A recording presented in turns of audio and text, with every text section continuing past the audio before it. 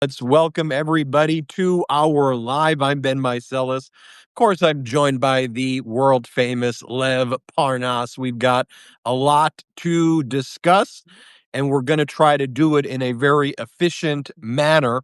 Of course, we got to talk about developments in Ukraine, how they're connected to what's going on in the White House right now, and of course, the turmoil in the White House. And you all know that Lev's sourcing there is as good as it gets. And just a reminder to everybody about Lev. I know you all know Lev, and I'm certainly oversimplifying it here. But when Donald Trump was trying to do back in his first term, what he's trying to do now with Ukraine, using Witkoff and Kushner, Lev was the OG. Okay, just to remind you that Lev was who Donald Trump viewed as his first. Witkoff is Trump's second choice. Okay, so Lev was Trump's first choice. And Lev is sharing his knowledge of what that means and what that's like. So, if you all want insight into what's happening, don't you think it's helpful to go to the source and say, wait a minute, this is the guy who Trump spoke? Lev, like Cohen, had his own mea culpa, and he's on the good side. He's on the side of truth right now. And I think Lev, as he would push you to do these things, it would certainly, as you've discussed now, make you uncomfortable. And now you're exposing it all. But why don't we just start with Ukraine? I do a lot of videos in the morning about Ukraine. I talk about how Trump's trying to do, just force total capitulation on Ukraine. While if you listen to what everyone's saying in Russia, all of the leaders, whether it's Yushakov, whether it's Dmitriev, whether it's Lavrov, whether it's the ambassador to the UK, they're all saying we're not doing a deal. We want Ukraine to surrender. That's what they're being very explicit. There's no ambiguity or strategic confusion in what they're saying in Russia. So to me, when Donald Trump's saying Ukraine, take this or take that, what Trump's doing is basically going to Russia and saying, okay, you want them to surrender? Okay, let me try to figure out a way first so I can get a deal. Let me give you Eastern Ukraine, and then you can kind of deal with it. And then you take that, then you could advance forward. But I need a deal, guys. Help me get the first deal, then take it from there. And Ukraine and Europe, it's like, we're not stupid, Donald. We know you're trying to do that. Okay, man? We get it. So, Lev, talk to us about what's going on. Yeah, I mean, that was perfectly said, Ben. I mean, that was great. I mean, I don't know what to say after that, but I'll tell you, no, you're 100% right. I mean, Trump is definitely trying to, he just wants a deal. He wants that Nobel Peace Prize, but it's more than just a Nobel Peace Prize. He is literally under Putin's, like I say, Putin has him by the balls. This whole Epstein thing, there's a lot to uncover. We could do some more later on and talk deeper into why Trump and how he's capitulating and why certain things are happening. But I'll give you the latest and the breaking news. I mean, what's happening right now behind the scenes. You have Kushner right now. And the reason why Kushner is in there is because now it's time to divvy up, cash out, and figure out how we make some money. Because Kushner has no idea about geopolitics, nothing to do with Ukraine. Russia's never been there. Doesn't even know probably where it is on the map if you showed it to him. But he does know how to try to squeeze out as much money as possible. Plus, remember, him and Kirill Dmitriev go back all the way to 2017, where they first met in Saudi Arabia, while they both were managing wealth funds, and that's why he got the $2 billion. And who was with him that nobody talks about? Steve Witkoff. So these three have been together and working behind the scenes on financial business going back while Trump was out of office. So when he came into office, that was the original. That's why Trump kept saying, I'm going to stop this war in 24 hours, because he truly believed, he underestimated, like always, Ukraine, and truly believed because of his relationships with Putin and Russia, through that connection, he could get it done. But where they are right now is basically there is no peace deal. There's not going to be a deal. What you're hearing is, again, basically capitulating. They're saying they're closer. I mean, what do you mean closer? Ukraine is, again, giving up more by saying Zelensky, the latest was that he was willing to give up the NATO, and to enter NATO, but he needed certain guarantees from the United States, certain like Article 5 guarantees. Trump came out and basically said, no, that is Europe's problem. Europe needs to give you the security guarantees. So basically, the deal is even today, by the way, Ben, Putin, forget about all the guys you mentioned. Putin himself came out today and in Russia has basically said that either Ukraine gives up Russian territory that Ukraine took, or we will take it by force. So this is not a conversation about stopping the war. This is a conversation about taking more land, strategical land, land that has minerals, land that has a connections that gives land bridges, land that is strategically connected that Russia can't take by force. Because if they could, they would have by now. That's the whole point that nobody really realized. The media doesn't talk about. Russia's in a stalemate. The attacks that we see on Ukraine on a daily basis, those are terroristic attacks. Those are, shaheeds and drones and to hit civilian. But the war where it's really happening, Russia hasn't moved. Like kilometers can't move forward. One of the things when this story is written is the Ukrainian drone forces, and how the drones have really been able to be mastered by the Ukrainians, men, women, children, yeah, Yeah, all in common service.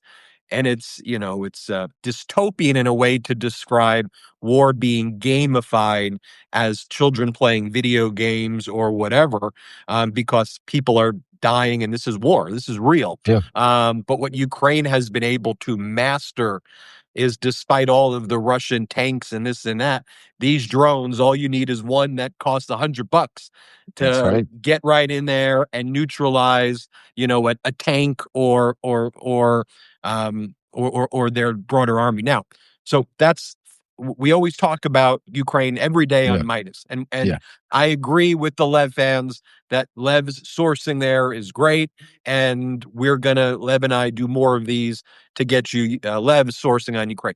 Lev's also got great sourcing in the White House, and you've been saying right away what you were hearing after the Susie Wiles story broke on Vanity Fair, that was basically an end game, in terms of Trump's perception of her, and that you have her and Bongino as the two likely first candidates to, to leave there. Talk to us about it, Lev.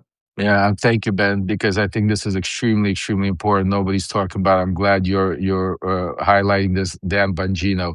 I've been talking about Bongino already for months. That he is the straw that is going to break the camel's back. Him and Susie Wiles, him and Pam Bondi, him and Donald Trump have not been at odds since July when they tried to cover up the Epstein files. Bongino is out.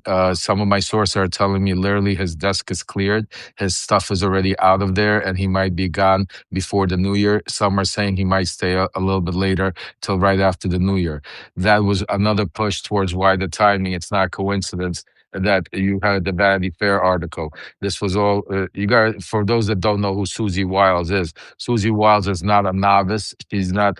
She's a astute professional. She made Donald Trump. She worked for a group called the Ballard Group, which where they all came from in Florida. Brian Ballard is the lobbyist. You have Pam Bondi, who lobbied for Qatar for Brian Ballard. You had Susie Wiles that worked for Brian Ballard. They're the ones that were with Trump in the first administration. They're the ones that switched over from DeSantis in the second Trump. So this is the group that's behind him, and she's astute, knows exactly what's going on. I've been speaking to sources in the past couple of days, very close to both sides. Susie Wiles has laid out the groundwork.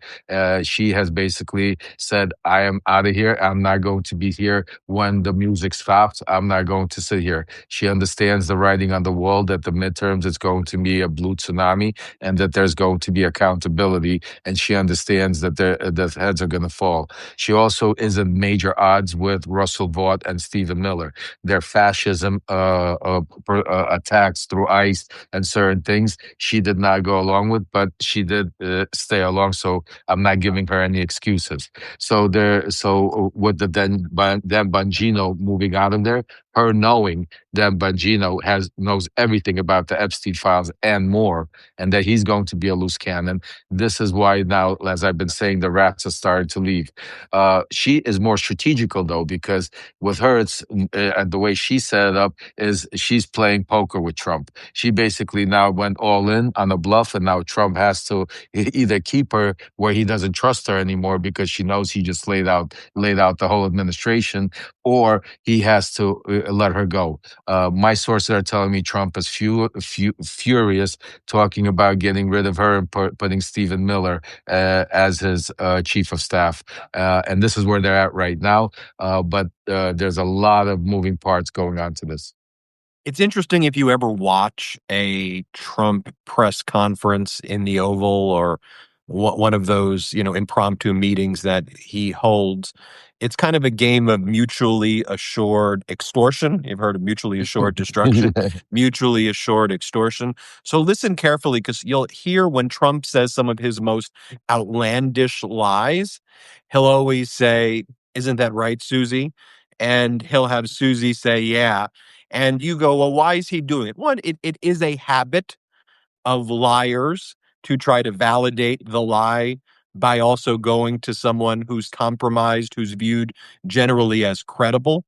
So Trump knows that because the press, to some degree, respect Susie Wiles. Like, if you know people who know Susie Wiles, Democrats, and they'll usually tell you behind the scenes that she's actually a good person. Like, this is what they'll tell you.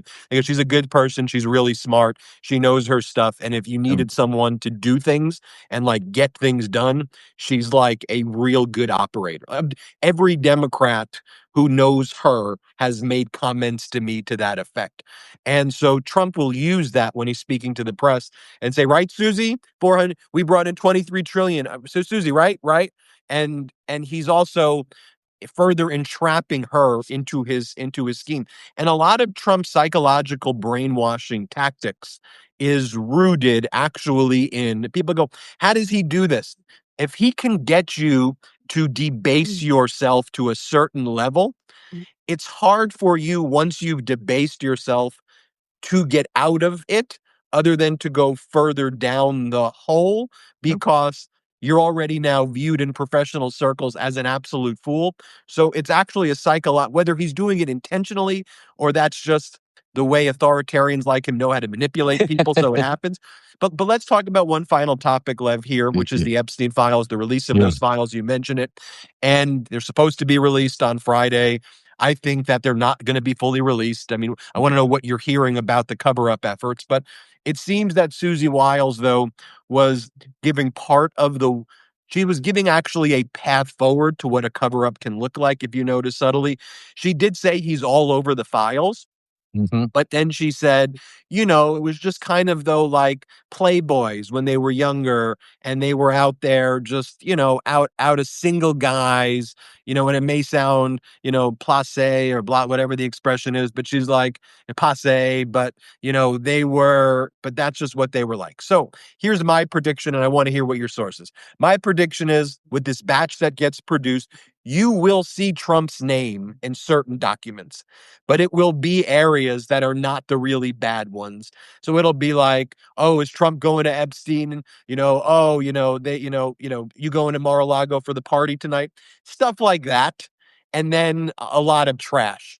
And they're going to go, well, why would we have produced this if we were trying to hide it?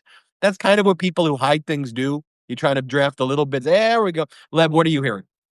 It's very similar. Also, they're taking out a lot of the financial stuff having to do, and also stuff of other people and stuff that Epstein was giving to the Russians about Trump. Because one of the things they've been scrubbing is that also. That's why, but you don't hear any of that stuff in there. So yes, I agree with you 100%, Ben. We're gonna start seeing definitely files of the Epstein files coming out. They can't hold them back because that's part of the game time already. That's part of the show that they have to produce. But the show is being produced right now by the scrubbing, by the leaking. The one thing is there's a lot of people. You can't hide such a cover up that you got so many people involved. And Susie Wiles understands that. She knows that you're going to start getting leakers. You're going to start getting people as the files come out, because they said there's another interesting thing she said that that people should pick up on, is that he lied about Bill Clinton, and right now, and that's important because they're using a Bill Clinton investigation to be able to use that as a way of, you'll see, not to hand over all the files, because they opened up an investigation into Bill Clinton and Larry Summers having to do with Epstein files. And she turned around and basically said that's a false because Trump lied about Bill Clinton. The other interesting part, the connection that people forgot, it was Susie Wiles, if you guys remember, who was on that tape laughing when Trump was talking about the classified information that he got indicted on.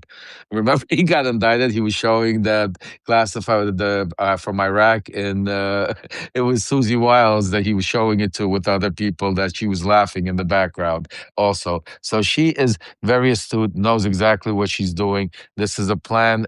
She's trying to corner Trump in a position where he gives her get out of jail, get out of there, leave, don't be there, let somebody else be there when the music stops. But that's what I'm hearing, Ben. I want to leave people with this thought right here. And I said it to somebody on a phone call this morning, and so I'd want to repeat it now, which is, as we approach the holidays and the end of this year, we've made it through this year together. And that's a testament to everybody here who's been fighting. And it's just interesting to reflect on things, because I feel that there's a lot more hope out there about what a world can look like in the future, being far worse off than we were a year ago. But the hope is higher versus a year ago where there was no hope, but the country was actually in a much better structural place. And I just find that as an interesting observation about where we are. And I just think people are beginning to see that could be a path with that future, and what that could actually look like. And whether that's 2 years, 3 years, I think people go, you know what? We're better than this. And he gave everything he can to try to suppress us and subjugate us through everything. Billionaires, Elon Musk, Doge, this, Border Patrol, and we stood strong this year. The institutions may not have passed the stress test, but the people actually passed the biggest stress test of all. And that's what this community is about. That's what Lev's Substack's about. That's what our Substack's about. That's what all this independent media is about. And what I pride myself most at this MeidasTouch network and what we build is not just the growth of our platform.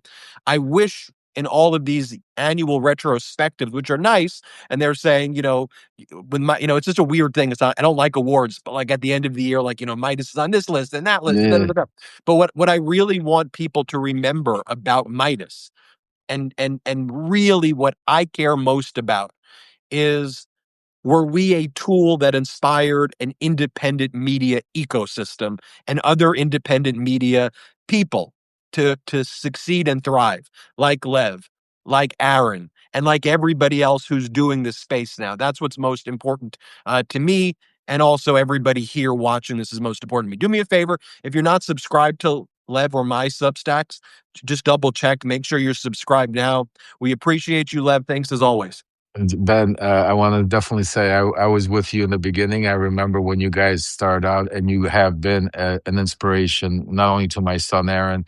I don't consider myself a journalist, but to independent journalism. And you guys deserve all the awards and the acclamations you are getting. You and your brothers did a lot. You've been fighting this war for a long time, and that's why it's important. You build an incredible platform. I think everybody should be proud because of what you guys are doing. And I wanted to tell everybody, I know a lot of people say, why don't we do more? While we have been on here, I want everybody to know we are talking. We're going to do something about Ukraine because that's a very important subject where Meidas is extremely important on, and we're going to help out and do stuff.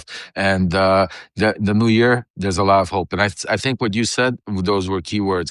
It's just if you think about a year ago, we had a much better country, but almost no hope. We were in a depression.